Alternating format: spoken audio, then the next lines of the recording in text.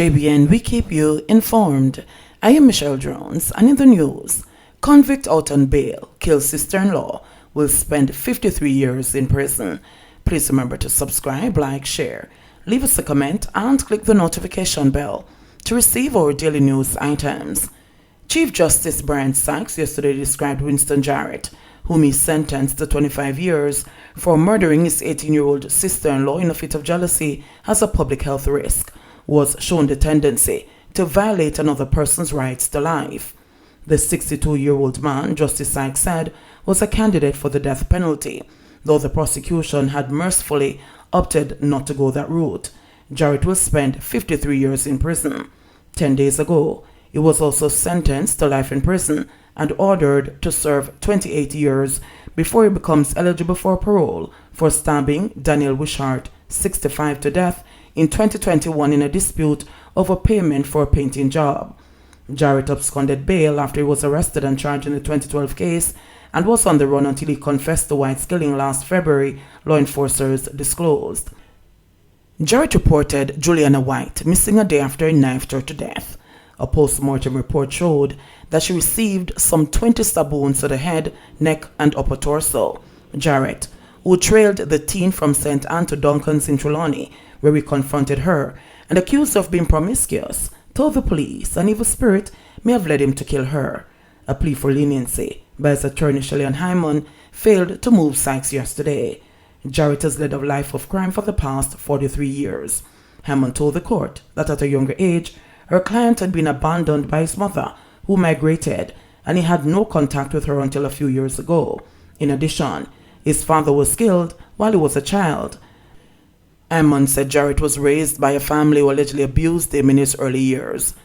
I believe, my lord, that these are some of the issues that would have resulted in him behaving in a particular way, stated Hyman, before pleading with the judge to be lenient in his judgment. The offense is a serious one, and by any stretch of the imagination, we know that he must serve time in prison. My lord, I am praying with you to be as lenient as you can be in these circumstances, requested Hyman. It is unfortunate, my lord, that when persons are before the court, we often see them in such a negative and terrible light that we cannot appreciate that we are more than our mistakes. We're a combination of every single thing that has happened to us, Hyman added. However, Sykes would have none of it, pointing out that based on Jarrett's record to date, he is a high risk to persons in the society. Sykes noted that in 1978, Jarrett's career, which started at the age of 19, commenced with shop breaking in Brownstown, St. Anne, for which he was sentenced to 35 days at hard labor. On March 7, 1979, Jarrett was again convicted in the St. Anne Residence Magistrate Court, this time for housebreaking and larceny. He was sentenced to 9 months in prison at hard labor, records show. Just over a year later, on June 4, 1980, he was convicted in the same court for shop breaking and larceny and is sentenced to 12 months in prison at hard labor. In 1982, Jarrett apparently transferred his operations to Kingston, where he upgraded his skills from offenses against property to offenses against people and spent 2 years in prison for indecent assault.